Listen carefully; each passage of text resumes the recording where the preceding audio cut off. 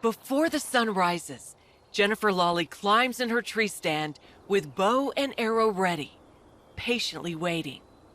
On this quiet morning, Jennifer pulls out her Bible. Although she loves going to church with her husband, Chris, she sees this tree stand as her chapel. It's a place where I can go and be alone and really talk to God, and not just talk to God, but to look out amongst the beauty and the peacefulness. And once I started to really pray for others in the tree stand, that's when things started changing in our lives. Jennifer, a nanotechnologist and lover of high heels, says for years her husband tried to get her to go hunting with him, but she had no interest. Then he bought her a bow. We were trying to have children, and for years we were having problems, and my husband kept trying to encourage me, come out and hunt. And then finally one year he brought me a pink bow. I will tell you, I shot that bow and it was the most amazing feeling. So then he wanted me to hunt, and I said, I have no interest again. And I said, what would I do up there? I can't talk to anybody, can't wear heels, it's lonely.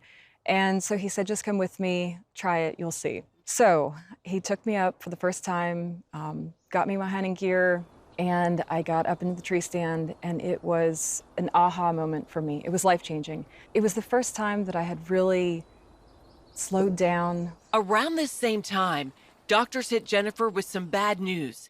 She would need surgery to fix what's described as a paralyzed colon.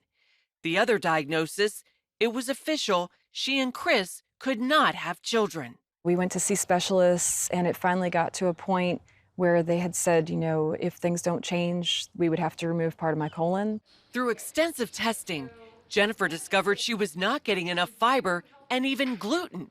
She radically changed her diet from mostly meat to include lots of whole grains, including brown and wild rice. So I have kind of the opposite problem of celiacs, but it made me want to learn more about what things could change my health, because I started to feel better as I ate the grains. Jennifer's health dramatically improved, and she no longer needed surgery. She felt compelled to share what she learned in a book, Hunt and Gather, The Healing Powers of Whole Grains, Lean Meat, and Prayer. I was finally at peace with not having children. I said, I'm just going to keep writing this book and have fun with it. I wanted to focus on the first two foods that were in the Bible, venison and grains, and then to bring everybody together. But then a miracle happened. After 10 years of infertility, Jennifer and Chris conceived, and today have 2 beautiful children.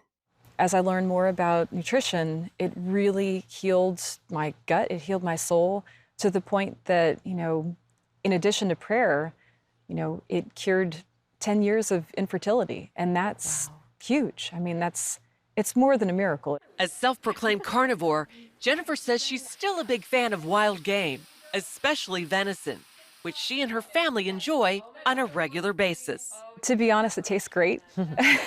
If you cook it right, if you keep it cold, keep it clean, and you age it right, there is no gamey taste, and there's no fat. This is as natural as it gets. I mean, this is from field to freezer. While in Canada, Jennifer actually killed a bear with a bow and donated the meat to the locals. I like to think of myself as a woman who killed a bear with a bow while I was pregnant with my daughter. I'm a woman PhD chemist who killed a bear with a bow.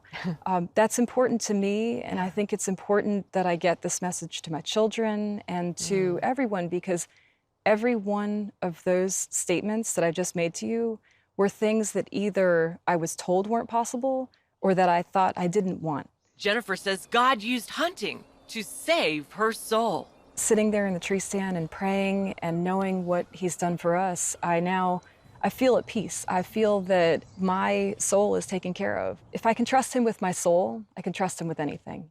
Jennifer says her book, Hunt and Gather, part cookbook, part testimony, is her thank you letter to God, and includes delicious recipes from her popular butternut squash soup to numerous ways to cook venison and whole grains. But Jennifer cautions that while yes, God healed her, she had to make the necessary changes to her diet. You have to make a commitment to yourself, to be good to yourself. Yeah. And I think that that's It can be difficult. Now that I'm a mom, I know how busy people are, and Yeah. it's important to spend time with your family and your friends, but you've got to make time for yourself because you're worth it. You know, he Yeah. wants you to have a great and, healthy life. Wendy Griffith, CBN News, Blacksburg, Virginia.